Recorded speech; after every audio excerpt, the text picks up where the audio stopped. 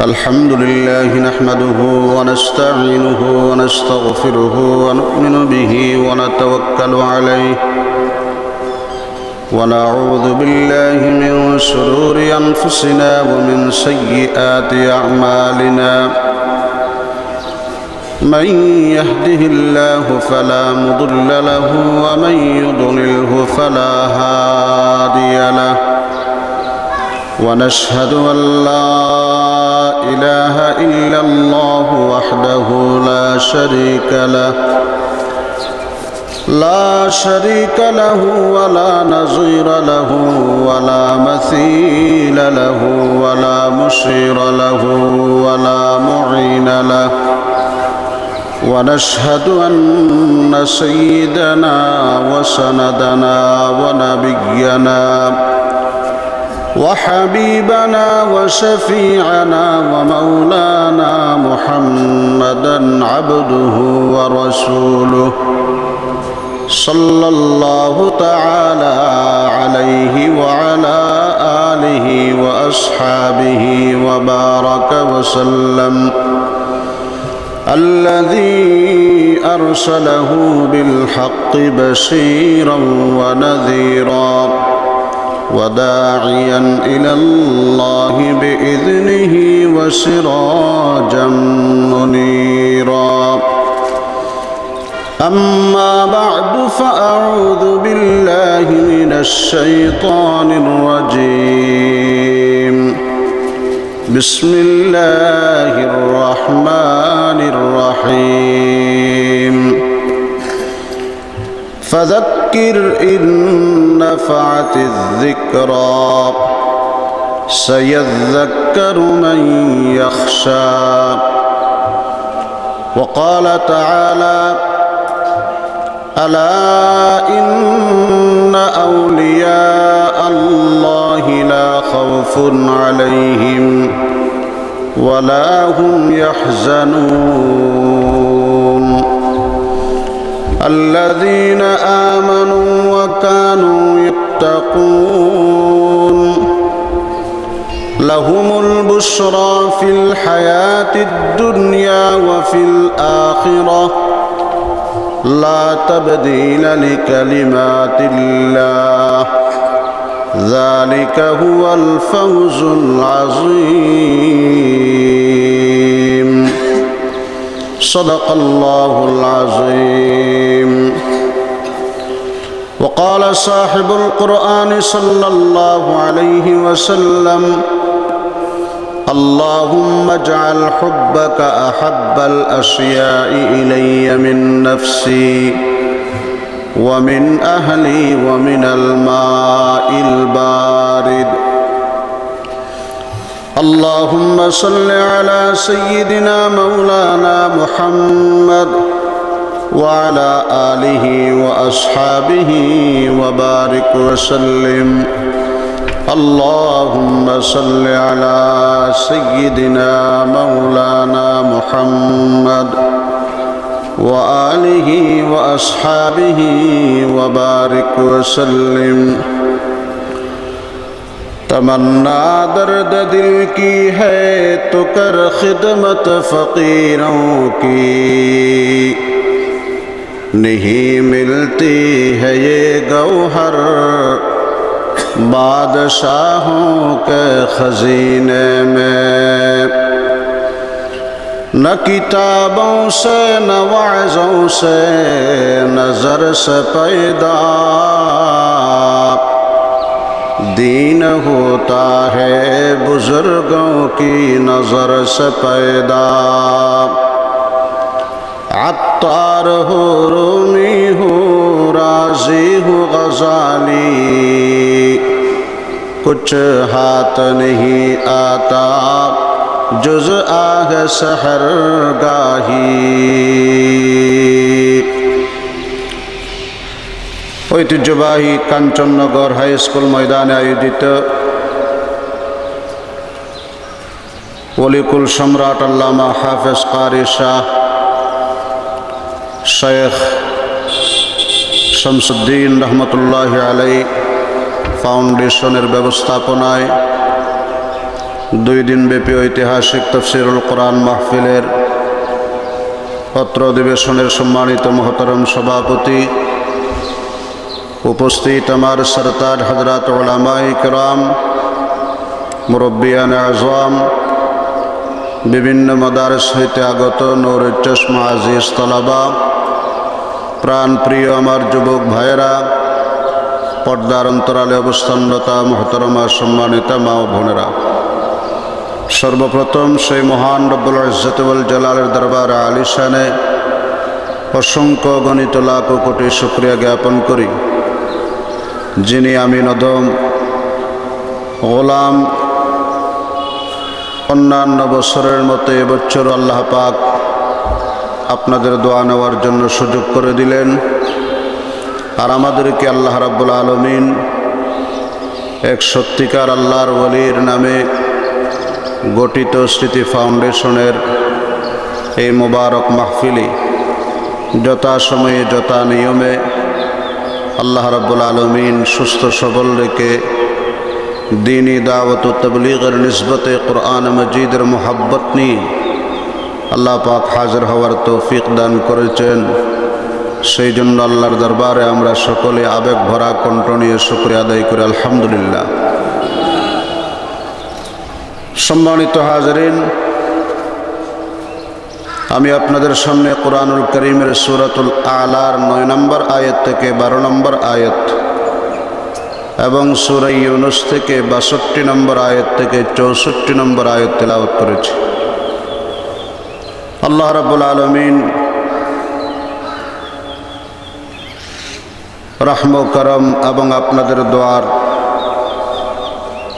দরখাস্ত রেখে তেলাওয়াতকৃত আয়াত এবং হাদিস রাসূল সম্পর্কে কিছু দ্বীন ইমানি জরুরি কথা আল্লাহ জবান দিয়ে বাহির করুন। সবাই বলে আল্লাহুম্মা আমিন। হুজুর আকরাম সাল্লাল্লাহু আলাইহি ওয়াসাল্লামের যুগে দুইজন মুসলমানের বাড়ি ছিল পাশাপাশি, তবে তার মধ্যে একজন ছিল নির্ভেজাল আর একজন ছিল মুসলমান নামের ভেজাল। যারে রাসূলের যুগে মুনাফিক বলা হতো, অর্থাৎ জাহিরিভাবে যদিও মুমিন দাবি করে কিন্তু আসলে তারা ঈমানের যথেষ্ট পরিমাণ ক্ষতি করে। ওই মুনাফিকের ঘরে ছিল একটা খেজুরের গাছ। গাছের অগ্রভাগ বাঁকা হয়ে মুসলমানের ঘরের ভিটায় ছাদে টিনের ছাউনিতে ঝুঁকে পড়ে। যখন খেজুরের গাছে খেজুরের ফল ধরে, ওই মুসলমানের সীমানায় যে ঢালটা ঝুঁকে পড়েছে তার মধ্যে ফল ধরে। আর গাছের একটা নিয়ম, ফল পাকলে এমনি এমনি কিছু ফল ঝরে ঝরে পড়ে, পাড়া লাগে না। তো টিনের উপরে পড়ে, উঠানের উপরে পড়ে, ওগুলা মুসলমানের ছোট্ট ছোট্ট বাচ্চারা কুড়ায় কুড়ায় খায়। এটা একেবারে সাধারণের চাইতে সাধারণ ব্যাপার। কিন্তু এই তিলকে তাল বানিয়ে হে মুনাফিক রাসূল আকরাম সাল্লাল্লাহু আলাইহি ওয়াসাল্লামের দরবারে ওই সচ্চা নির্ভেজাল খালেস মুমিন মুসলমান তথা আল্লাহ রাসূলের সাহাবীর বিরুদ্ধে বিচার নিয়ে গেছে। গিয়ে বলে, ওগো আল্লাহর রাসূল, আমি একজন মুসলমান, আমার পার্শ্ববর্তী যে আছে সেও একজন মুসলমান, কিন্তু সে কেমন মুসলমান জানেন? আমার গাছ আমার সীমানায় আমার ভিটায় রোপণ করেছি, ফল ধরেছে, অগ্রভাগ বাঁকা হয়ে তার সীমানায় পড়ছে, তাই বলে কি সে আমার গাছের ফলগুলো খেতে পারে? এখন তো নিজেও খায়, নিজের বাল বাচ্চাদেরকেও খাওয়ায়। ইসলামের মধ্যে নামাজ দোয়া যেমন ফরজ, গুরুত্বপূর্ণ শরীয়তের বিধান, অপরের হক সম্পর্কে সজাগ থাকা এটাও তো ইসলামের একটি গুরুত্বপূর্ণ বিধান। কিন্তু এটা কেমন মুসলমান অপরের হক খায়? হুজুর আকরাম সাল্লাল্লাহু আলাইহি ওয়াসাল্লাম তখন তাকে বললেন, ভাই তোমার দাবি মতো তুমিও মুসলমান, পার্শ্ববর্তী যে আছে সেও মুসলমান, আর আমার আল্লাহর বাসায় ইমানদার মুসলমান একে অপরের ভাই। সুবহানাল্লাহ বলেন। মুমিন মুসলমান একে অপরের ভাই। দুইজন সন্তানের বাবা এক হলে তারা যেমন আপসে বংশগত ভাই, দুইজন মুমিন মুসলমান তাদের এক কালেমা, এক কোরআন, এক কাবা, এক রাসূল, এক দিন, এক কিবলা, তারাও আপসের মধ্যে ভাই, কোনো বেশকম নেই। তবে দুই সন্তানের বাবা একজন হলে তারা যেমন বংশীয় ভাই, দুই মুমিনের কালমা, নামাজ, কিবলা, কোরআন এক হলে তারা আপসের মধ্যে ধর্মগত ভাই। সুবহানাল্লাহ। তো তোমার ধর্মীয় ভাইয়ের ছেলে তোমার ছেলে, ভাইয়ের ছেলে মানে তোমারই ছেলে। গাছ থেকে পড়ে যাওয়া, ঝরে যাওয়া সাধারণ কিছু ফল,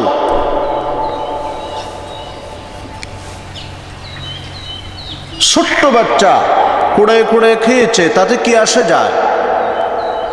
এই সাধারণ জিনিসের দাবি তুমি মাফ করে দাও। আমি তোমারে আশ্বস্ত করলাম, বিনিময়ে আল্লাহ সুবহানাহু ওয়া তাআলা তোমারে জান্নাতের উন্নত জাতের ফল খাওয়াই সন্তুষ্ট করে দেবেন। দুনিয়ার ফলের দাবি মাফ করো, বিনিময়ে আল্লাহ জান্নাতি ফল খাওয়াই তোমারে কি করবেন? সন্তুষ্ট করে দেবেন। কিন্তু এই লোকটা তো নির্ভেজাল মুসলমান না। সে বলে, হুজুর আমি আপনার কাছে বিচার চাইতে আসলাম, বিচার না করবেন। এই সমস্ত ওয়াজ করার দরকারটা কি? ওয়াজকে আমি কম জানি, কম শুনি? আমার ওয়াজ করিয়েন না, নাউজুবিল্লাহ বলেন। দুই নম্বর কথা হচ্ছে, দুনিয়ার ফল দাম কম হতে পারে, খেলে পেট না ভরতে পারে, সাধারণ হইতে পারে, কিন্তু দুনিয়ার ফল তো নগদ। আর জান্নাতের ফল দাম বেশি হলো, জান্নাতি ফল তো বাকি। আপনি আমার বাকির আশা দিয়ে নগদ থেকে মাহরুম করতে চান? আমি তো বেকুব না, আমি চালাক। আসলে কি লোকটা চালাক না হালাক? বলেন না, চালাক না হালাক? হালাক। হুজুর আকরাম সাল্লাল্লাহু আলাইহি ওয়াসাল্লামের চেহারা মুবারক মলিন হয়ে গেল। হাই রে, তোমার একটা প্রস্তাব দিলাম, মানে না মানে তোমার ব্যাপার, কিন্তু এ কথা কেমনে বললা যে হুজুর আমি বিচার চাইতে আসছি, ওয়াজ শুনতে আসি নাই? আপনি আমারে পরকালের ওয়াজ করতেছেন কেন? আর দুনিয়ার ফল নগদ, পরকালের ফল জান্নাতি ফল বাকি। বাকির আশায় আমাকে নগদ থেকে মাহরুম করিয়েন না। এই কথাগুলো শোনার পর হুজুর আকরাম সাল্লাল্লাহু আলাইহি ওয়াসাল্লাম পরিশান হলেন।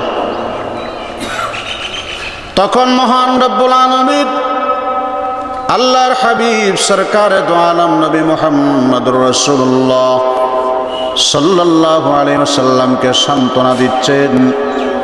আল্লাহ পাক বলেন, হে রাসূল, এই মুনাফিক কি বলল না বলল তাতে আপনার কি আসা যায়?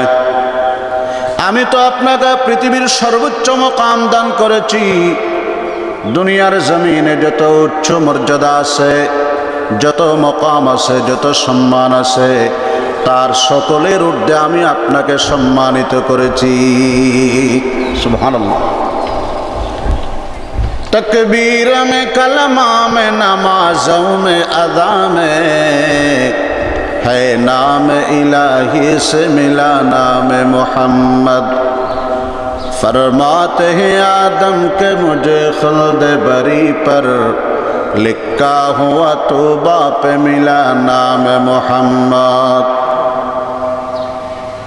সে আপনাকে বলে ওয়াজ করবেন না, বিচার চাইতে আসলাম, বিচার করবেন।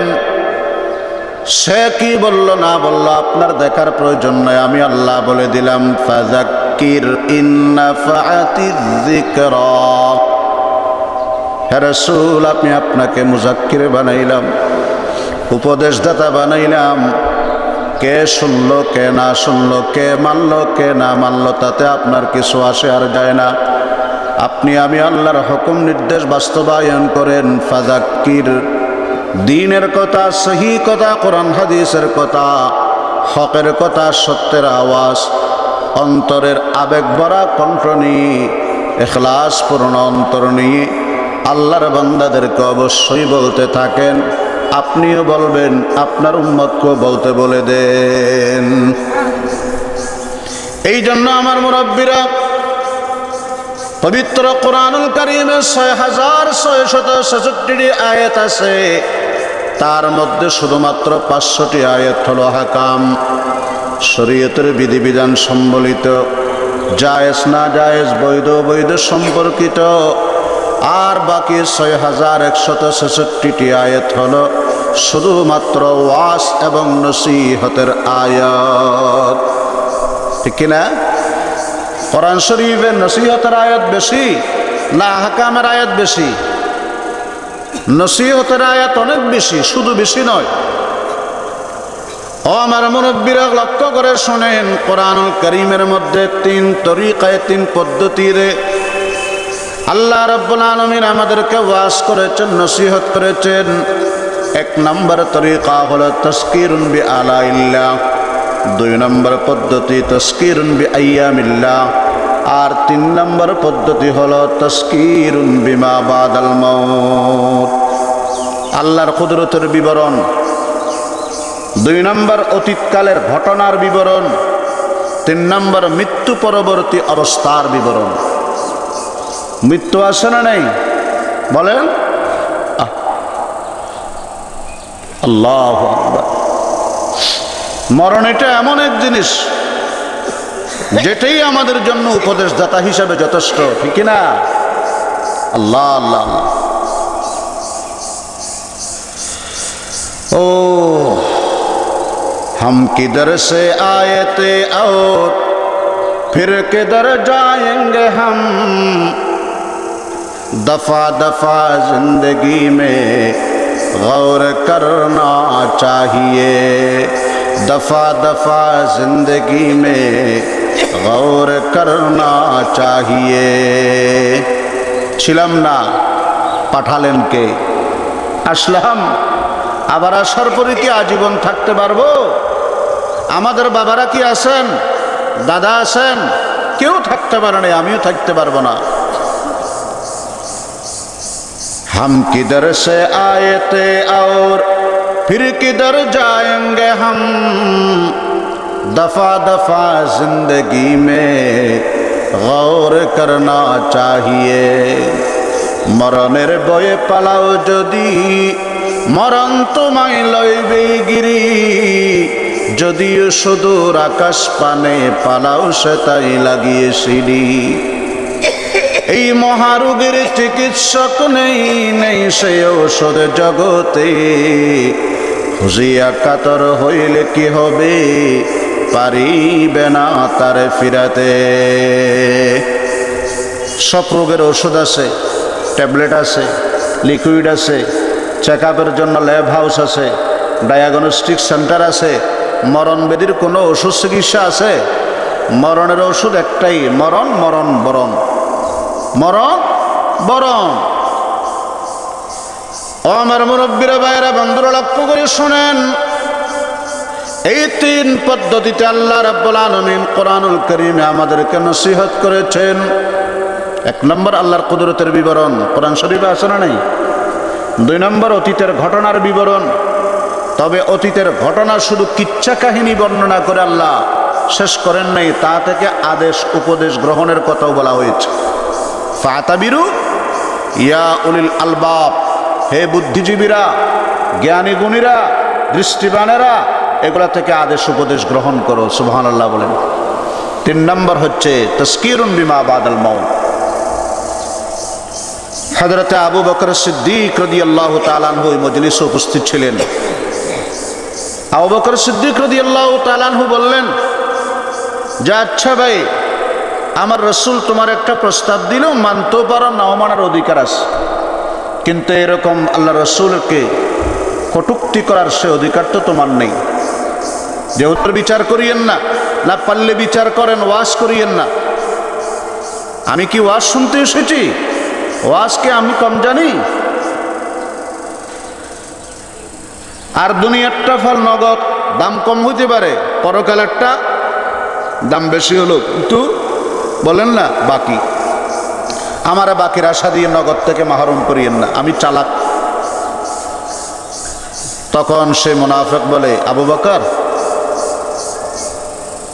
আপনার কি শরম বরম কিচ্ছু নেই? আপনারা কে মাতাইল? আমি তো রসুলের সাথে কথা বলতেছি, হুজুর আমার উত্তর দিবেন, আপনি কেন মাতেন? আবু বকর বলে, চুপ। সাইয়্যিদুনা আবু বকর সিদ্দিক রাদিয়াল্লাহু আনহু ডাক দিলেন, মুনাফিক আসলে কিন্তু তুই সাধারণ বিষয়টাকে কেন্দ্র করে আমার রাসূলের দরবারে বিচার নিয়ে এসেছ। উদ্দেশ্য এবং মতলব খারাপ। আমার মুমিন মুসলমান ভাইকে লাঞ্ছিত করার জন্য, অপমানিত করার জন্য, রাসূলের সামনে তাকে হেয় প্রতিপন্ন করার জন্য তুমি রাসূলের দরবারে বিচার নিয়ে এসেছ। আর আমি বকরের শরীরের মধ্যে এক বিন্দু রক্ত থাকবে, আমার সামনে আমার মুসলমান ভাই অপমানিত হবে, লাঞ্ছিত হবে, এটা আমি আবু বকরের জীবনও মেনে নেব না। বল, যে গাছকে কেন্দ্র করে রাসূলের কাছে বিচার নিয়ে এসেছ, গাছের মূল্য কত বলো? যেই বাগানে গাছ রোপণ করেছ, আস্থা বাগানের দাম কত বলো? তোমার যে ফল আমার মুসলমান ভাইয়ের ছোট্ট বাচ্চারা খেয়েছে, এই ফলের দাম কত বলো?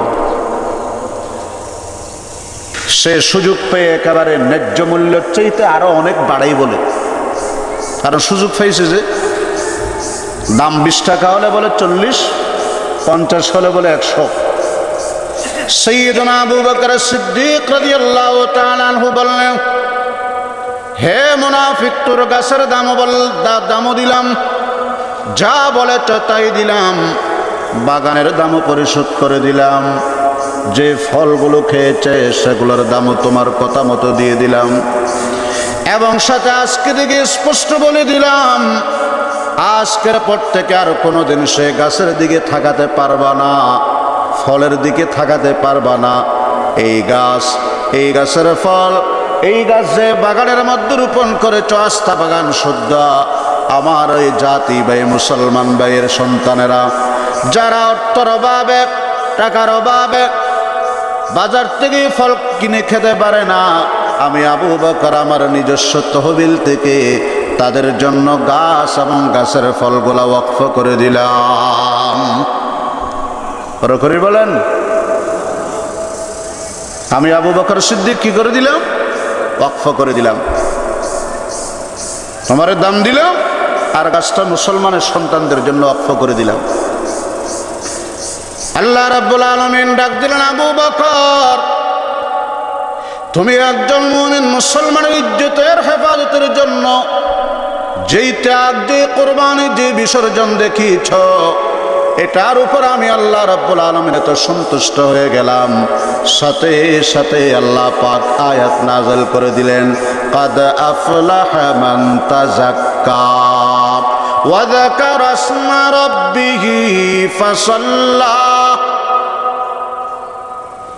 এটা আল্লাহ পাক নাযিল করলেন কার শানে? বলেন হযরত সাইয়্যিদুনা আবু বকর সিদ্দিক রাদিয়াল্লাহু তাআলা আনহুর শানে। আল্লাহু আকবার বলেন। আমার মুরব্বির ভাইয়েরা, বন্ধুরে, আবু বকর তিনি কে? আল্লাহর রাসূল বলেন, দুনিয়ার জীবনে যত আমার উপর মুহসিন আছেন, সকল মুহসিনের ইহসানের বদলা আমি দিতে চেষ্টা করেছি, কিন্তু আমার আবু বকরের ইহসানের বদলা আমি দিতে পারি নাই। قال النبي صلى الله عليه وسلم لو كنت متخذا خليلا غير ربي لاتخذت أبا بكر। আল্লাহ ছাড়া যদি অন্য কারো সাথে অন্তরঙ্গ বন্ধুত্ব করার অনুমতি থাকতো, তাহলে আমি দুনিয়ার জীবন অন্তরঙ্গ বন্ধু বানাইতাম আমার আবু বকর রে।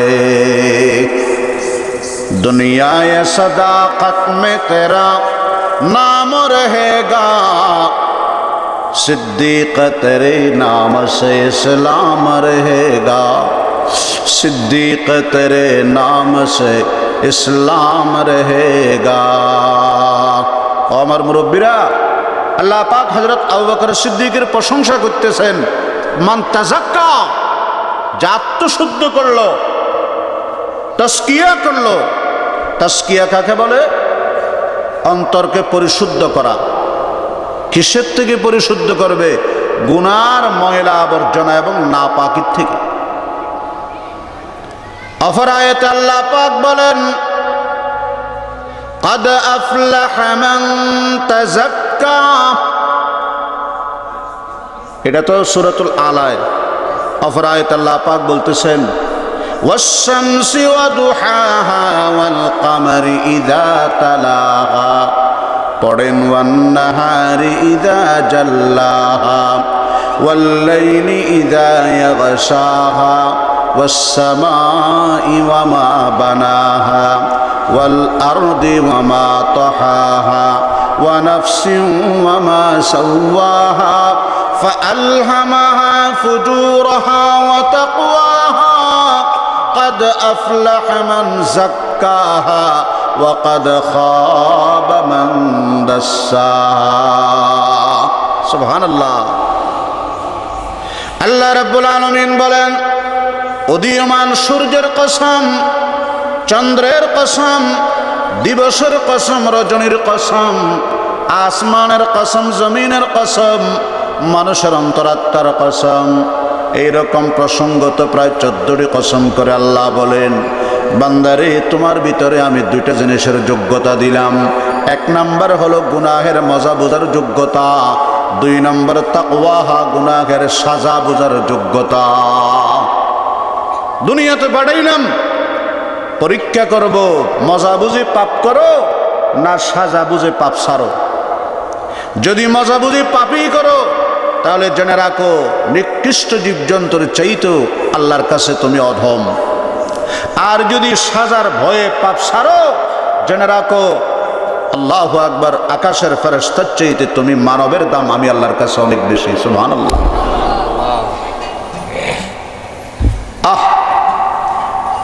এই জন্য আমার সম্মানিত মুরব্বীরা, ভাইরা, বন্ধুরা, আল্লাহর ওলি কুল সম্রাট হযরত আল্লামা শামসুদ্দিন রহমাতুল্লাহ আলাইহি এতগুলা জাহিরি বাতিনি আলমের হামি হওয়া সত্ত্বেও তিনি আল্লাহর ওলির দরবারে গেলেন। এই ওলিটাকে শাইখুল ইসলাম আওলাদ রাসূল সৈয়দ হুসাইন আহমদ মাদানী বড় করে বলেন রহমাতুল্লাহ আলাইহি, যিনি 40টা বছর হাদিসের দরস দিয়েছেন, 18 বছর রওজে আকদসের সামনে আল্লাহর নবীর হাদিসের দরস দিয়েছেন। অনেক সময় খাওয়ার জন্য খানা জুটে নেই, মানুষ তরমুজকে শালগুলা ফেলে দিত রাস্তায়। এ আল্লাহর ওলি ওই শালগুলোকে টিউবওয়েলে নিয়ে ধুয়ে পরিষ্কার করে নিজে খেয়ে নবীর হাদিসের দরস জারি রেখেছিলেন। তিনি এত বড় আল্লাহর ওলি, তাহাজ্জুদের সময় এত বেশি কাঁদতেন, 2 চোখ থেকে পানির লহর পড়ে যেত। আর দোয়ার মধ্যে কি এক চমৎকার তিনি দোয়া করতেন, চেবুদে কে দোজখ যেমন পুরুষদে মগর দি গরারা রহাই সুদে। আল্লাহ, কি হতো যদি তুমি আমি হুসাইন আহমদকে দিয়ে তোমার দোজখটাকে আস্থা ভর্তি করে দিতা, তারপরও তোমার অন্যান্য বান্দাদেরকে দোজখ থেকে মুক্তি দিয়ে দিতা। চেবুদে কে দোজখ যেমন পুরুষদে মগর দি গরারা রহাই সুদে। সে আল্লাহর ওলির হাতে হাত দিলেন, তার কাছ থেকে খেলাফত নিলেন। আল্লাহ রাব্বুল আলামিন পুরা জগতের মধ্যে একজন নক্ষত্র হিসাবে বানিয়ে দিলেন। দুনিয়া থেকে চলে গেলেন, কিন্তু তার মোহাব্বত, তার আন্তরিকতা আল্লাহর বান্দাদের অন্তরে আজীবন রেখে গেলেন। ঠিক কিনা? আল্লাহু আকবার। এই হযরত হুসাইন আহমদ মাদানী তিনি কত বড় আল্লাহর ওলি! আল্লাহু আকবার।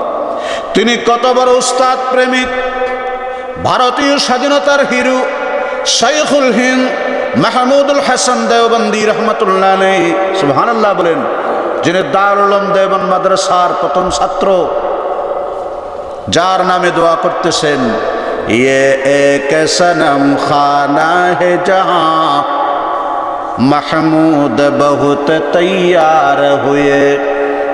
अल्लाह अकबर।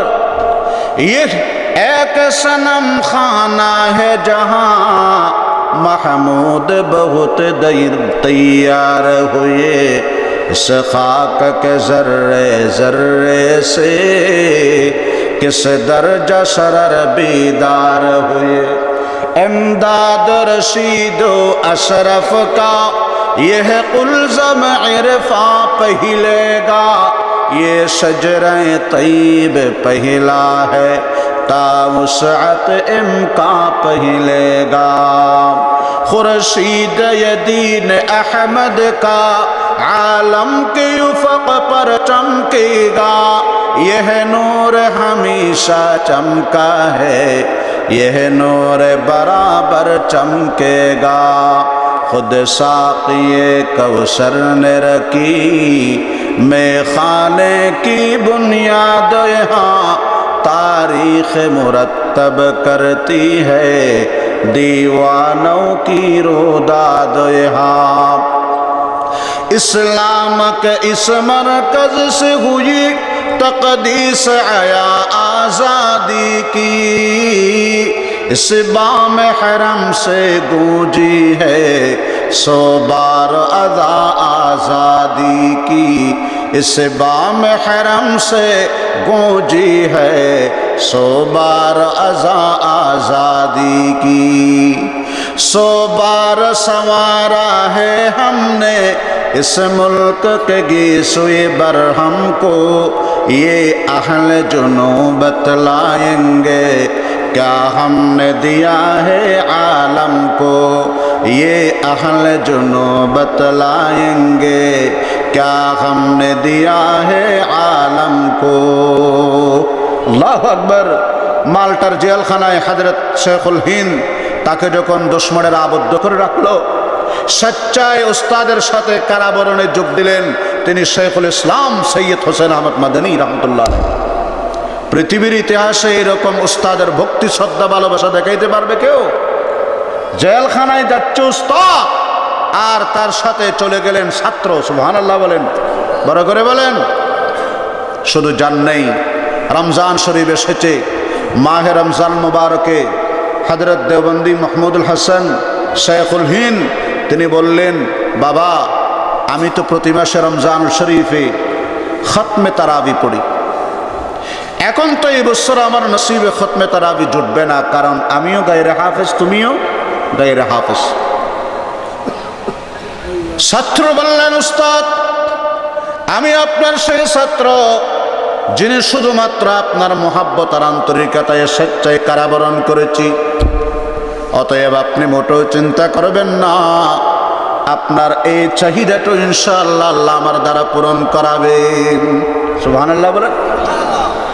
ও আমার মুরব্বীরা লক্ষ্য করে শুনেন, হযরত হুসাইন আহমদ মাদানী রহমতুল্লাহ আলাইহি সেহরি খাওয়ার পরে তিনি আল্লাহর কোরআন সামনে নিয়ে বসে যেতেন। সারাদিন পর্যন্ত এক পারা তিনি মুখস্থ করতেন। এক পারা মুখস্থ করে ওই তারাবিহের মধ্যে উস্তাদকে মুক্তাদি বানিয়ে ইমামতি করতেন। এইভাবে 30 দিন 30 পারা মুখস্থ করেছেন। আর রাতের বেলা উস্তাদকে নিয়ে খতমে তারাবি পড়িয়েছেন। শেখ হুসাইন আহমদ মাদানী আওলাদ রাসূল সাল্লাল্লাহু আলাইহি ওয়াসাল্লামের আল্লাহু আকবার হাতে গড়া জামাত, হাতে গড়া ছাত্র, ওলিকুল সম্রাট, আধ্যাত্মিক রোহানি জগতের সন্তান আল্লামা শামসুদ্দিন রহমতুল্লাহ আলাইহি। এই সমস্ত আল্লাহর ওলিদেরকে তো আমরা হারাইলাম। এখন আফসোসের হাত মাটিতে রাখা ছাড়া আমাদের কোনো উপায় আছে? বলেন না মুরব্বী, আছে? কোনো উপায় নেই। खुद ब खुद कामिल ने शुद मुल्लाए रूम ता गुलामी शमसत बिरीजी नसूद। নিজে নিজে কোনোদিন কামেল হইতে পারে না। আমাদের শেখ হযরত হুসাইন আহমদ মাদানী রহমতুল্লাহ আলাইহি বর্তমান আধ্যাত্মিক জগতের রাহবার সুযোগ্য খলিফা, শুধু বাংলাদেশের নয়, আমি বলবো বর্তমান তাম উম্মত মুসলিমিয়া, তাম পৃথিবীর মুরব্বী, ঠিক কিনা? শেখুনা সৈয়দুনা মুর্শিদুনা শেখুল ইসলাম ওয়াল মুসলিমিন, আল্লাহু আকবার, হযরত আল্লামা আহমদ শফী দামাত বরকাতুহু প্রায় ওয়াজের মধ্যে হুজুর বলেন, না কিতাবোं से नवाजों से नजर से पैदा, न किताबों से नवाजों से नजर से पैदा, दीन होता है बुजुर्गों की नजर से पैदा। আপনি আমার ভিতরে দিন আসবে, শুধু কিতাব পড়লে চলবে না, ওয়াজের মাধ্যমে হবে না, টাকা পয়সা দিয়ে দিন কিনা পাওয়া যায় না। দিন আসলে আল্লাহ ওয়ালাদের সোহবত লাগে, নজর লাগে। সুবহানাল্লাহ বলে। ও আমার মুরব্বির ভাইরা বন্ধুরা, লক্ষ্য করে শুনেন, উত্তমের কাছে না বসলে কোনোদিন উত্তম হওয়া যায় না। দর্জির কাছে না গেলে সুই ধরা শিখতে পারে না। ভালো লেখকের কাছে না গেলে কোনোদিন হস্তশিল্পী হওয়া যায় না। আল্লাহ ওয়ালাদের সোহবত না নিলে আল্লাহর সাথে গভীর যোগাযোগ হয় না। সম্মানিত হাজিরিন, লক্ষ্য করবেন, আল্লাহ ওয়ালা হওয়ার জন্য তিনটা জিনিসের দরকার। এক নম্বর হলো সোহবতে আহলুল্লাহ, আহলুল্লাহদের সোহবত, তাদের জোতা সিধা করা। এই জোতা সিধা করার দ্বারা লাভ কি হবে?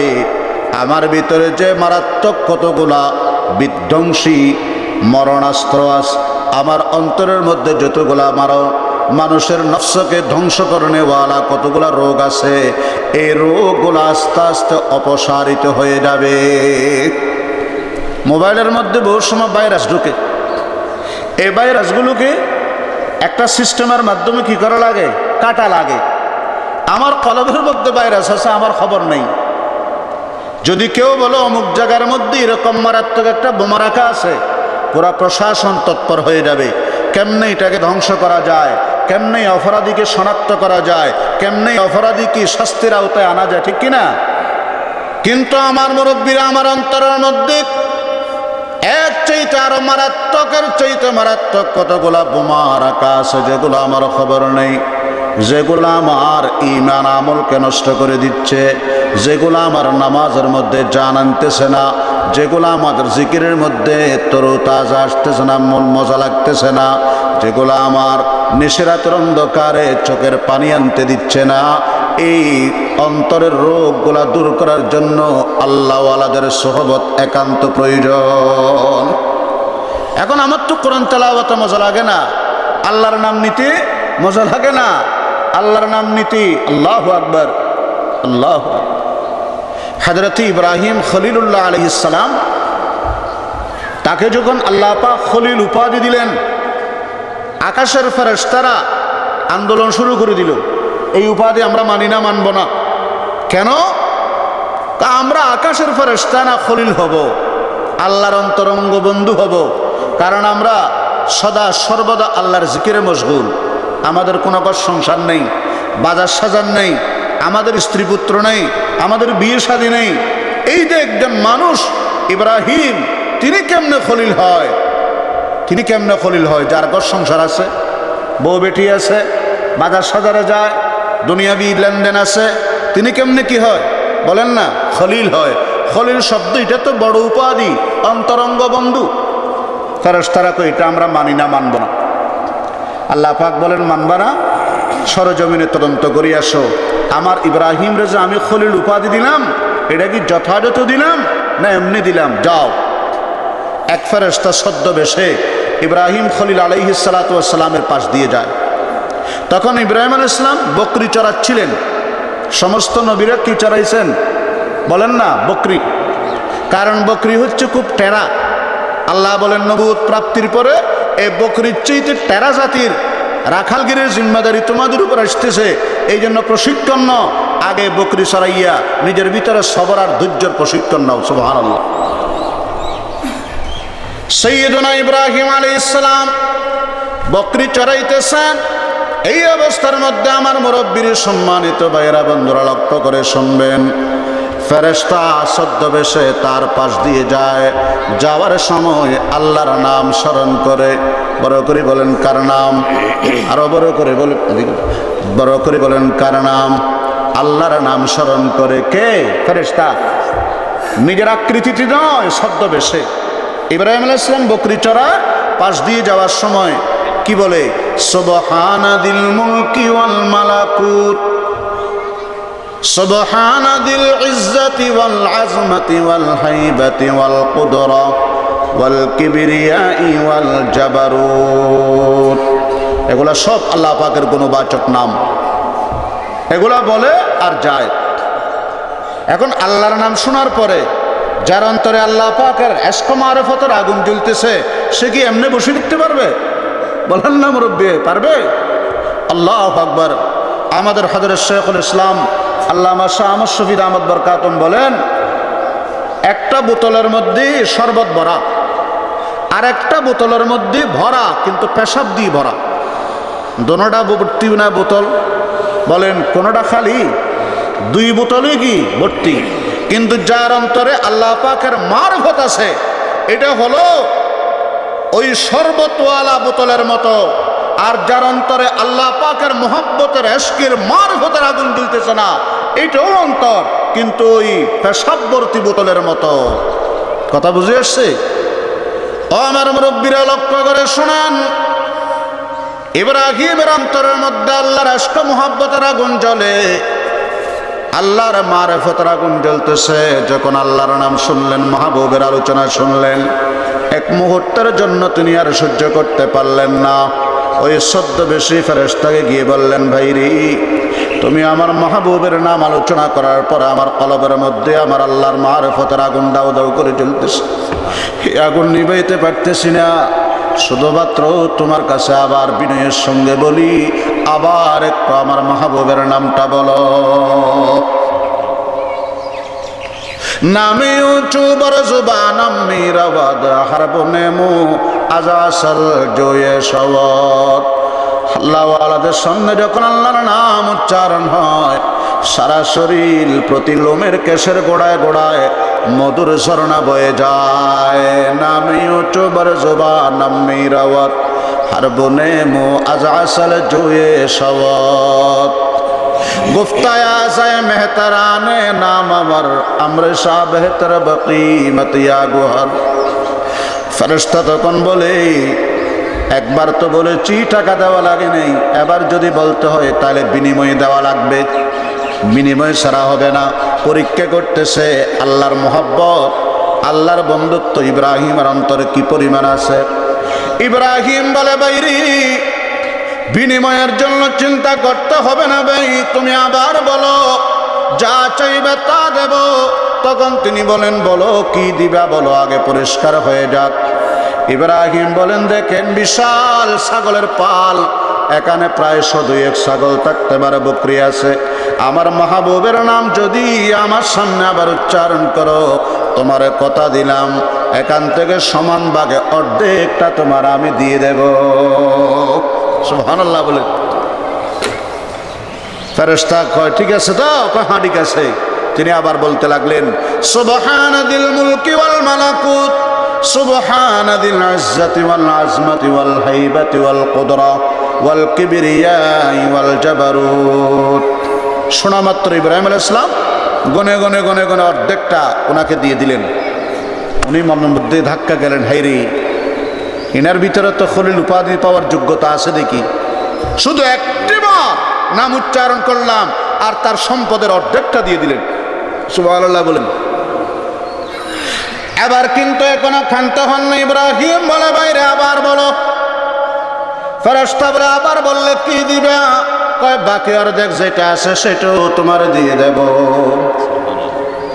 এবার ফেরেশতা আবার বলে, সুবহানা দিল মুলকি ওয়াল মালাকুতি, সুবহানা দিল ইজ্জতি ওয়াল আজমতি ওয়াল হাইবা ওয়াল কুদরতি ওয়াল কিবরিয়াই ওয়াল জাবারুত।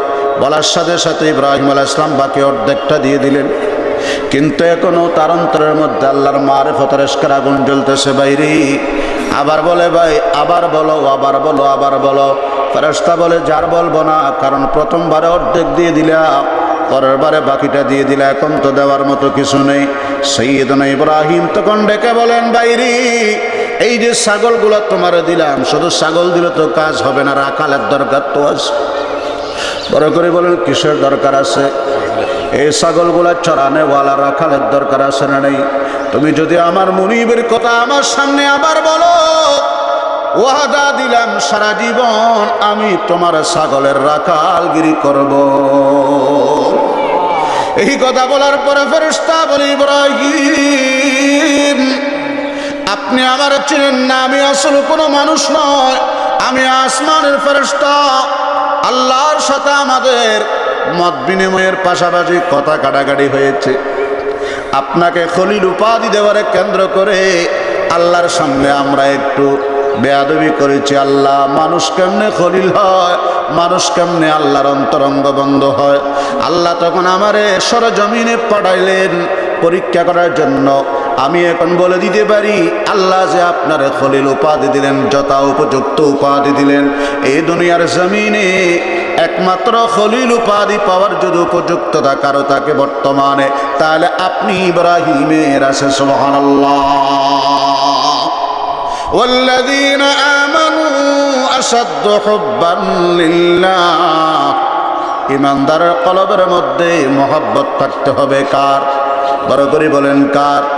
ও আমার মুরব্বী, আল্লাহ পাক বলেন সূরা মায়েদা 55 নম্বর আয়াতে, ইন্নামা ওয়ালিয়ুকুমুল্লাহ ওয়া রাসূলুহু ওয়াল্লাযীনা আমানু আল্লাযীনা ইউকিমুনাস সালাতা ওয়া ইউতুনাজ যাকাতা ওয়া হুম রাকিউন। ইমানদার দুনিয়ার জীবনে কাকে কাকে বন্ধু বানাইবে তার সিরিয়াল আল্লাহ পাক দিয়ে দিলেন। ইমানদার রে তোমাদের 1 নম্বর বন্ধু হবে আমি আল্লাহ। করে করে বলেন। 2 নম্বর বন্ধু হবে ওয়া রাসূল, আমার রাসূল। কারণ রাসূলের চাইতে দুনিয়ার জমিনে আমি কাউরে শ্রেষ্ঠ বানাই নাই। আছে? করে করে বলেন আছে? আল্লাহ পাক বলেন ওয়া রাফা'না লাকা যিকরাক। হে রাসূল তোমার স্মরণ সর্বোচ্চ। দুনিয়া বানাইছি তোমার জন্য, আসমান জমিন সব তোমার জন্য। তোমার মহব্বত যার অন্তরে থাকবে তার ইমানটাকে আমি আল্লাহ বলে দিলাম পরিপূর্ণ। তোমার অন্তরে তোমার মহব্বত যার অন্তরে যত কম থাকবে আমি আল্লাহ বলে দিলাম তার ইমানের অংশটাও অত অপরিপূর্ণ। আগে আজ জিসকা নেহি হ্যায় কোই সানি ও রসূল। বলেন সাল্লাল্লাহু। आगे आज जिसका नहीं है कोई सानी वो रसूल, दीन फितरत पर है जिसकी हुक्मरानी वो रसूल, जिसका हर तहवर है हुक्म आसमानी वो रसूल, मौत को जिसने बनाया जिंदगानी वो रसूल, मौत को जिसने बनाया जिंदगानी वो रसूल। बोलें सुबहानल्लाह। ताली ईमानदार 1 नंबर बंधु अल्लाह, 2 नंबर वो रसूल, 3 नंबर ईमानदार बंधु ईमानदार। ईमानदार बंधु ईमानदारे 3 জন। এই জন্য আমার মুরব্বির বাইরে বন্ধুরে আল্লাহ পাক বলেন যারা আমার সঙ্গে বন্ধুত্ব করতে পারবা ভবিষ্যৎ জীবনে তোমাদের কোনো ভয় থাকবে না, পরকালীন জীবন নিয়ে তোমাদের কোনো চিন্তা করা লাগবে না। পড়েন আলা ইন্না আউলিয়া আল্লাহ লা খাউফুন আলাইহিম ওয়ালা হুম ইয়াহজানুন। আলা মানে মনোযোগ দৃষ্টি আকর্ষণ করছি। আরবি ব্যাকরণের মধ্যে 3টা অক্ষর আছে যেগুলো দ্বারা মানুষের মনোযোগ আকর্ষণ করে। 1 নম্বর আলা, 2 নম্বর আমা, 3 নম্বর হা। এগুলোকে আরবিতে হরফে তানবীহ বলা হয়, মনোযোগ আকর্ষণীয় শব্দ। আল্লাহ বলেন দুনিয়ার মানুষে মনোযোগ দৃষ্টি আকর্ষণ করে বললাম ইন্না, পড়েন ইন্না আউলিয়া আল্লাহ লা খাউফুন আলাইহিম ওয়ালা হুম ইয়াহজানুন আল্লাযীনা আমানু ওয়া কানু ইয়াত্তাকুন লাহুমুল বুশরা ফিল হায়াতিদ দুনিয়া ওয়া ফিল আখিরাহ যালিক লা তাবদীলা লিকালিমাতিল্লাহ যালিকা হুয়াল ফাওজুল আযীম। সুবহানাল্লাহ বলেন। ইন্না আউলিয়া আল্লাহ, যারা আমি আল্লাহর বন্ধু, ভবিষ্যৎ জীবনে তাদের কোনো ভয় থাকবে না। খৌফ হয় ইস্তেকবালের জন্য, আর হুজন হয় অতীতের জন্য। অতীত জীবন নিয়ে তাদের কোনো চিন্তা করা লাগবে না। আল্লাহু আকবার বলেন। আল্লাহর ওলি যারা আছে, আল্লাহর বন্ধু যারা আছে, তাদের ভবিষ্যৎ জীবন নিয়ে কোনো টেনশন আর চিন্তা করা ভয় নেই। আর জীবন নিয়ে তাদের কোনো টেনশন নেই। আল্লাহ জিম্মেদারি নিয়ে নিয়েছেন আল্লাহর ওলিদের। সুবহানাল্লাহ বলেন। ও আমার মুরব্বির বাইরে বন্ধুরা, আল্লাহর ওলি কার? আল্লাহ নিজেই বলেন, আল্লাযীনা আমানু ওয়া কানু ইয়াত্তাকুন, যারা আমি আল্লাহর উপর বিচল আস্থা এনেছে এবং সদা সর্বদা তাদের অন্তরে আমি আল্লাহর ভয় সাথে রাখে, আমার আযাবকে ভয় করে। তাকওয়া শব্দের অর্থ আল্লাহর আযাব থেকে বাঁচা, আল্লাহর আযাব থেকে বাঁচা, আল্লাহকে ভয় করা, আল্লাহর আযাব থেকে বাঁচা। এই জন্য হাকিমুল উম্মত মাওলানা আশরাফ আলী থানভী রহমতুল্লাহ আলাইহি ইয়া আইয়ুহাল্লাযীনা আমানুত্তাকুল্লাহ, আল্লাহ সে ডরো, এই অর্থ করেন না, এটা লাজিমি অর্থ। আল্লাহু আকবার। ইত্তাকুল্লাহ, আল্লাহর আযাব থেকে বাঁচো, আল্লাহর আযাব থেকে বাঁচো, আল্লাহর আযাব থেকে বাঁচো। আল্লাহর আযাব থেকে বাঁচার জন্য মাধ্যম আছে, ওয়া কুনু মা'আস সাদিকিন, যারা সত্যবাদী তাদের সহবতে বসো, তাদের হাতে হাত দাও, তাহলে কলব থেকে ওই মারাত্মক ধরনের ভাইরাসগুলো কলব থেকে অপসারিত হয়ে যাবে। সুবহানাল্লাহ বলেন। ভাইরাস কত প্রকার আছে? আল্লাহর ওলিরা বলেন, আমার কলবের মধ্যে 10 ধরনের ভাইরাস আছে। কয় ধরনের? 10 ধরনের। তাখলিয়া, এগুলোর থেকে কলবকে খালি করতে হবে, খালি করতে হবে। খাহি কেশবি দিলে চো আইনা, দাহা চিজ বেরো কোন নাজদারুন সিনা। ও আল্লাহর বান্দা, কলবটারে যদি আয়নার মতো পরিষ্কার করতে চান, এই 10 কিসিমের ভাইরাসকে কলব থেকে বাহির করে। খাহি কেশবি দিলে চো আইনা, দাহা চিজ বেরো কোন আজদারুন সিনা। হারসো আমলো গজবো দরুগ গীবত, হাসদ বুখল রিয়া ও কিবের কিনা। 1 নম্বর হারস, লোভ। লোভ এটা কি? কলবের জন্য ঈমান আমল নষ্ট করে দেনেওয়ালা একটা মারাত্মক ভাইরাস, কলব থেকে বাইর করতে হবে। 2 নম্বর আমল, লম্বা লম্বা আশা। টাউনে বাড়ি করলেও সিটি কর্পোরেশন একটা হইতো, আচ্ছা ওখানেও হইল। কয় রাজধানীতে একটা করতে পারতাম, আচ্ছা ওখানেও একটা হইল। বাংলাদেশে হবে না, সিঙ্গাপুরে যদি একটা বাড়ি করতে পারতাম বহুতল বিশিষ্ট। এই যে লম্বা লম্বা আশা, এগুলো আপনাকে আমাকে আল্লাহর ইয়াদ থেকে গাফিল করবে। বলেন ঠিক কিনা? এই জন্য এটাকে বাহির করতে হবে। 3 নম্বর গজব, গুসা। গুসার কারণে মানুষ জুলুম করে, গুসার কারণে মানুষ অন্যায় করে, গুসার কারণে মানুষ অহংকার করে, গুসার কারণে মানুষের হক বিনষ্ট করে, গুসার কারণে মানুষ সাংসারিক জীবনে, দাম্পত্য জীবনে অনেক মারাত্মক কথা বলে, তার জীবনটাকে তস নস করে দেয়। কথা ঠিক কিনা? এই জন্য গুসা এটা মারাত্মক রোগ, এটা বাইর করতে হবে। দরু, মিথ্যা বলা। গীবত, গীবত করা। আজকে তো গীবত করা এটা মানে একেবারে হায় হায় হায়। গীবত মজার জিনিস, বড় মজার জিনিস, এটা বাইর করতে হবে। আল্লাহ তৌফিক দান করো, আমিন বলেন। হারাস আমল গজব দরুগ গীবত, হাসাদ বুখল রিয়া ও কিবের কিনা। হাসদ, হিংসা বের করতে হবে মুরব্বী। বখল, কৃপণতা অন্তর থেকে অপসারণ করতে হবে। রিয়া মানুষকে দেখানোর জন্য নয়, দেখাইতে হবে কাকে? আল্লাহর জন্য। এই জন্য মুরব্বীর 5 ওয়াক্ত নামাজের পর সব নামাজের চাইতে আল্লাহর কাছে একটি নামাজ বেশি দামি। এর নামাজটা হলো তাহাজ্জুদের নামাজ। কোনো আল্লাহর বলি হতে পারেন নেই যতক্ষণ পর্যন্ত তাহাজ্জুদের নামাজকে নিজের মামুল বানায় নেই। কারণ এই সময় বান্দা আল্লাহকে কাউরে দেখায় না, আল্লাহ ছাড়া কাউকে দেখানোর সুযোগ নেই। বলেন ঠিক কিনা?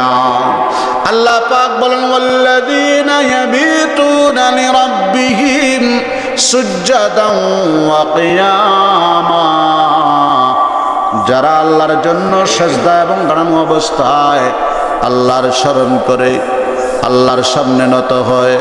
হাদিস শরীফে আছে, যারা তাহাজ্জুদ গুজার আদায় করবে, তাহাজ্জুদের নামাজ আদায় করবে, তাদের জন্য জান্নাতে স্পেশাল এমন একটা কামরা আল্লাহ পাক নির্মাণ করে রেখেছেন। ভিতর থেকে বাহিরে স্পষ্ট দেখা যাবে, বাইরের থেকে ভিতরে স্পষ্ট দেখা যাবে। আল্লাহ পাক তিন শ্রেণীর মানুষের জন্য এই ঘরটা নির্মাণ করেছেন। এক নম্বর, যারা ক্ষুধার্ত মানুষের খাওয়ার ব্যবস্থা করে। দুই নম্বর, যে সমস্ত মানুষ অতিথি পরায়ণ মেহমানের মেহমানদারি করে।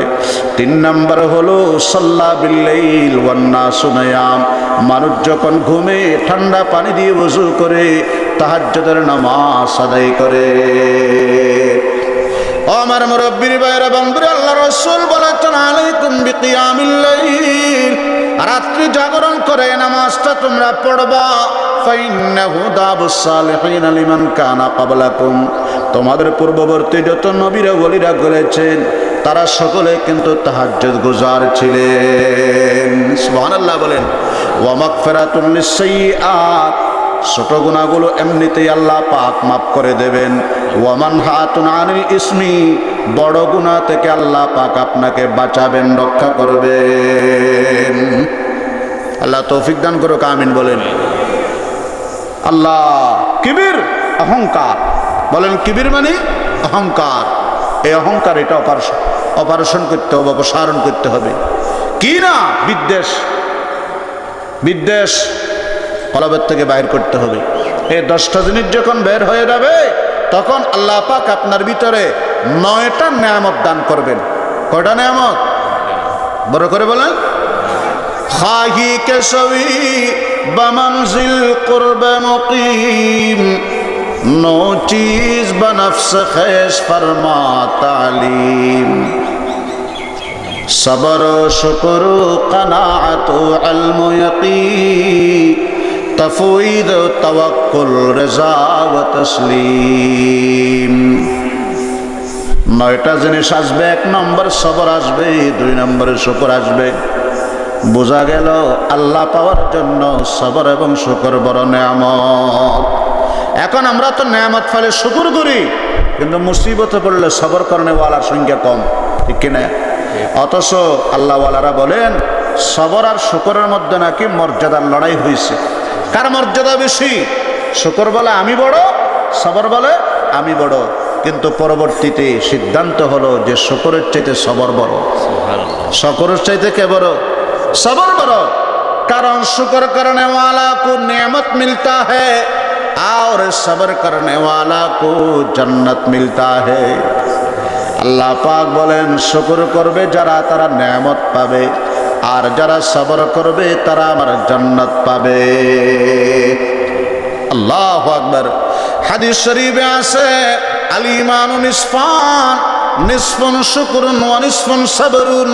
ঈমানের 2টা অংশ, এক ভাগের নাম শুকর আর এক ভাগের নাম সবর। বান্দা যখন ইনাসাবাতু সাররা আশাকারা, নেয়ামত প্রাপ্ত হলে অবস্থা ভালো থাকলে শুকরিয়া করবে, ফাকানা খাইরান লাহু, ওয়া ইনাসাবাতু দাররা সাবারা ফাকানা খাইরান লাহু। সবর, শুকর, কানাআত, অল্প তুষ্ট, ইলম, ইয়াকিন, তাফউইজ, আল্লাহর উপরে সুবর্দ করা। ফাউযু আমরি ইলাল্লাহ ইন্নাল্লাহা বাসীরুম বিল ইবাদ। তাওয়াক্কুল, আল্লাহর উপর ভরসা করা। রাজা, আল্লাহর ফয়সালার উপরে সন্তুষ্ট থাকা।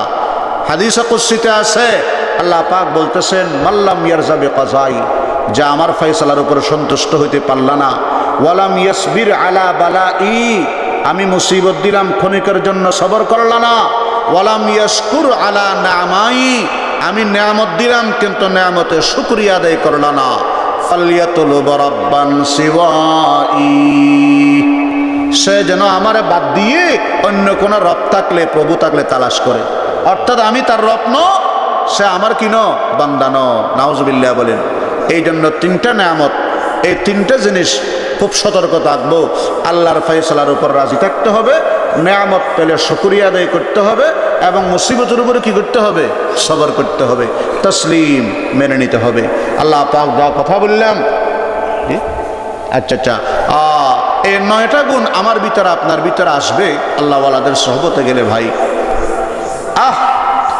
আল্লাহওয়ালারা অনেক সময় মানুষকে কঠিন পরীক্ষার সম্মুখীন করেন। হযরত খুব খেয়াল করেন, আল্লাহু আকবার, হযরত হাফিজ হুজুরের নাম শুনছেন? আলহামদুলিল্লাহ, ওনার নাম শুনুন, এরকম মানুষ তো নেই।